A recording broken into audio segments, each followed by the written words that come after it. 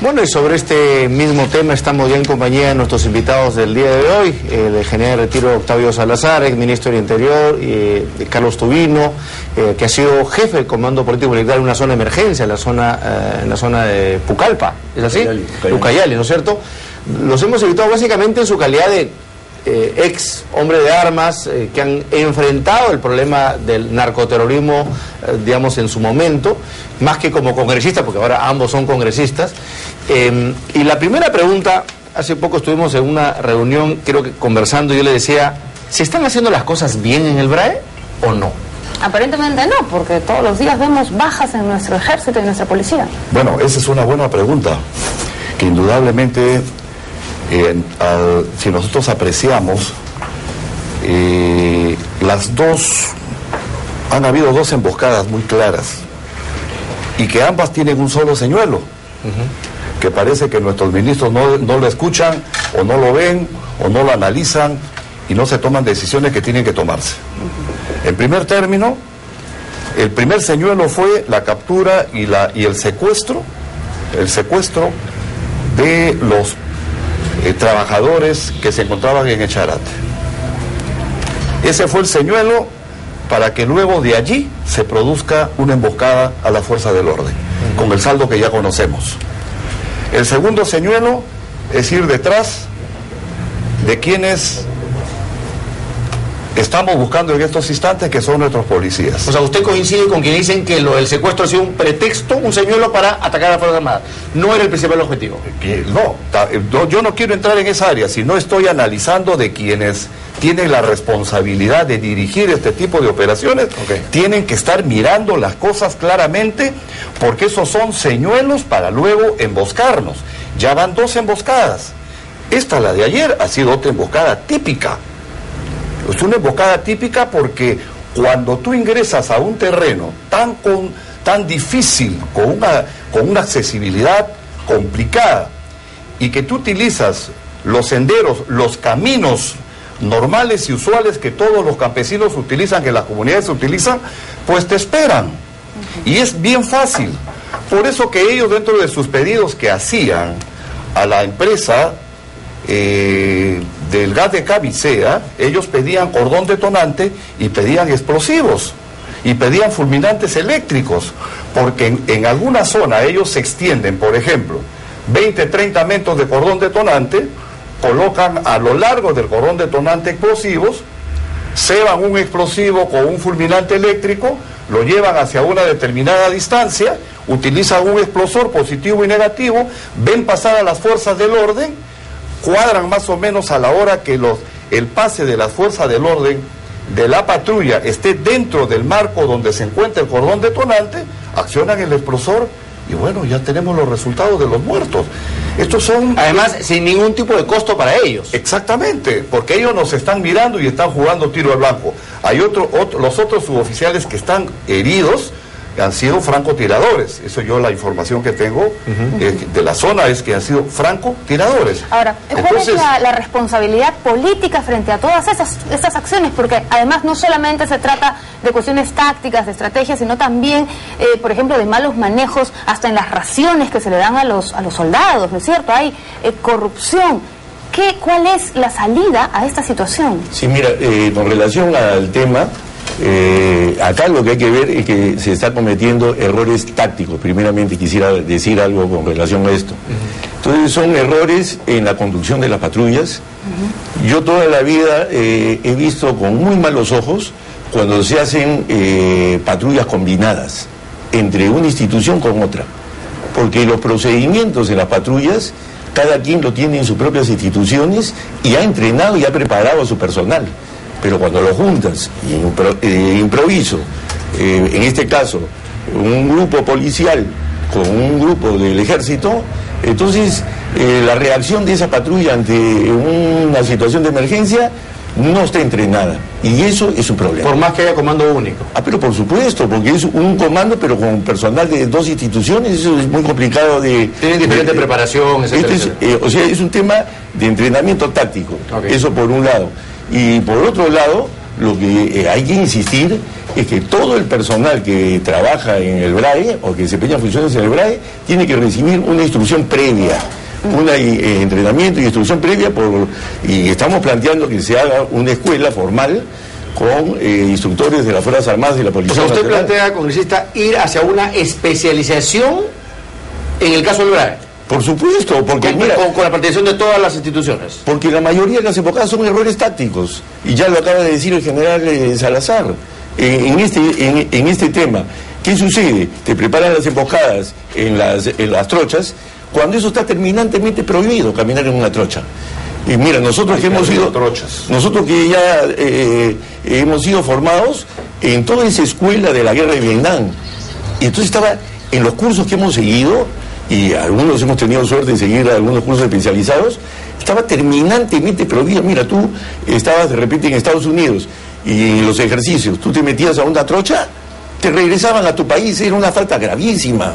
Tú tienes que tener primero el entrenamiento físico, la preparación profesional para navegar en el terreno. Si no lo puedes hacer... La pregunta del millón, ¿por qué no se observa esa situación y por qué se insiste entonces en una estrategia que tiene, discúlpeme, años, y además como fracasos tan elocuentes? Es que hay un aspecto importante. Tú no puedes presionar, no puede haber presión por resultados. Quien dirige las operaciones en el BRAE es el que tiene que tomar las decisiones. Pero si vemos nosotros, nos atenemos a lo que el otro día dijo los dos ministros, ya viene la respuesta, ya estamos llegando, va a haber conflicto, va a haber tal cosa. Por favor, tranquilos. El político da las líneas rectoras para que un operativo se realice, pero el cómo, cuándo, dónde, por qué y para qué lo tiene que dar el jefe del que se encuentre en el lugar. Él es el que tiene que tomar las decisiones. No puede haber presiones políticas. La estrategia es la que tiene que ser una estrategia inteligente. Y como muy bien lo dice Carlos, hay errores en el tema táctico. Hay errores en el tema táctico que se están dando porque lamentablemente estamos yendo a la presión. Dejémoslo a quienes saben comandar estos temas. Los militares y los policías están preparados. Perfecto, dejémoslos a ellos. Pero no estemos en el tema de una presión que al fin y al cabo lo único que hacemos es presionar para que hayan muertos, para que nos embosquen cada vez más y busquemos resultados. ¿En base a qué? Se dice... La verdad, y para concluirte, ¿sí? En honor a la verdad, a mí me duele que familias militares y policiales estén de luto. Estamos llevando a cuestas todo el tema de este problema, que es un problema político, social y es un problema económico. Y la otra parte del problema es un problema militar policial. Pero esto es eminentemente político, social y económico. Y nosotros requerimos, por eso estamos insistiendo, de que tenga que ser un comando único. Tiene que haber una organización civil transitoria que sea la que aglutine todos los esfuerzos en esta lucha y que sea el que ejecute el presupuesto. Estamos viendo, por un lado el alcalde Charate, por otro lado está el alcalde de la Convención, por otro lado está el presidente regional del Cusco, por otro lado están las autoridades de Ayacucho. Es decir, todo el mundo mirando el plato, pero nadie se atreve a poner orden en el tema. Y por ello nosotros requerimos de una autoridad autónoma. ¿Ustedes consideran que hay responsabilidad política por todas las consecuencias que ha habido en la lucha en el BRAE? ¿Hay responsabilidad política en los ministros? Se está hablando de cambio de ministros. Mira, en este tema, acá estamos viendo que las responsabilidades son tácticas y de instrucción y entrenamiento, porque por ejemplo estamos viendo de que no se reconoció hasta hace poco, porque hemos escuchado 500 comentarios al respecto, de que por ejemplo el enemigo que tenemos al frente tiene pues una doctrina maoísta y aplica una táctica militar maoísta. Entonces hace ataques puntuales y por supuesto desaparece inmediatamente. Tú agarras los libros sobre estrategia militar maoísta y ellos cumplen al pie de la letra el Pero tema. entonces el problema es estratégico o es político, o sea, la responsabilidad ¿dónde está? Mira, esto es una conducción de operaciones militares en la zona.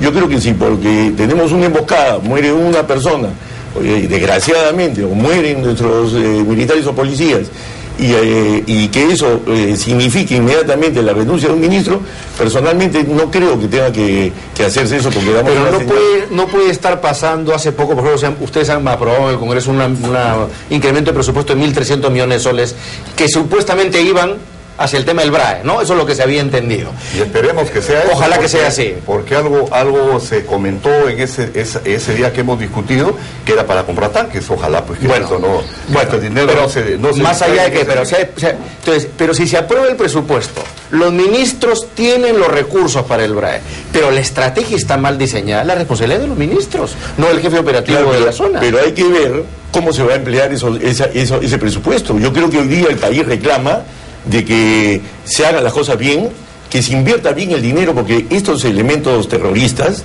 ellos tienen superioridad frente a las Fuerzas Armadas y a la Policía Nacional en algunos lugares en conocimiento del terreno.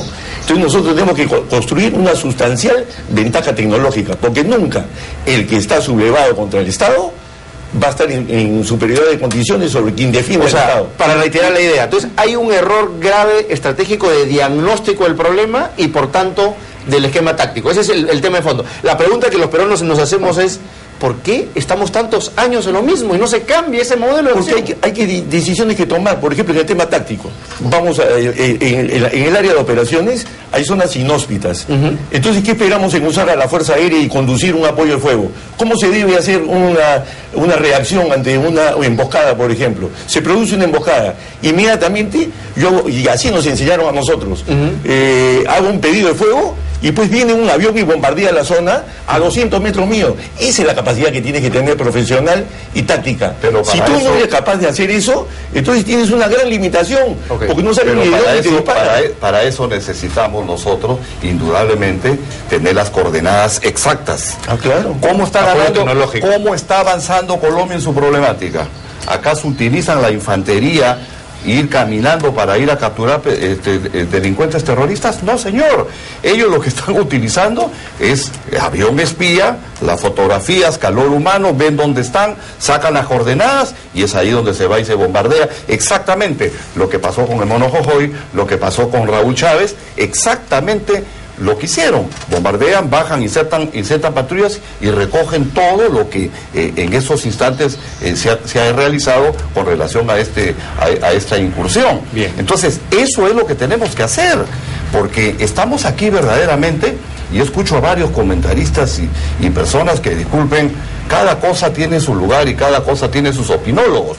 Pero no podemos nosotros seguir en el tema de decir, no, son narcotraficantes, no tienen nada de terroristas. Por favor, ellos son maoístas, leninistas, ellos son personajes que utilizan perfectamente la guerra de guerrillas y están jugando tiro al pato con nuestras Fuerzas Armadas y nuestras fuerzas policiales. No podemos permitir que esto continúe. Tenemos que cambiar la estrategia. Ellos se apostan en las partes altas y paran. Estos efectivos policiales que están heridos, han sido heridos por francotiradores. Y no podemos seguir entrando. Igual sucede con las bases contrasubversivas. Hay tiro al pato. Cerramos 10 segundos. Yo quisiera decir lo siguiente. Nuestra Fuerza Aérea, que tiene inversiones que hacer, tiene que hacer las inversiones necesarias en aviones, aeronaves, que den apoyo de fuego. Y no apoyo de fuego en tierra. O sea, y ahí tienes los Super Tucano, por ejemplo, pero no estar invirtiendo el dinero en aviones que son para adquirir mayor superioridad en el aire, superioridad aérea, y eso no es lo que hoy día es la prioridad en el Perú. Hoy día la prioridad en el Perú es solucionar este problema en el BRAE y apoyar con fuego, con buen apoyo de fuego, a nuestros combatientes en el terreno. Bien, muchas gracias.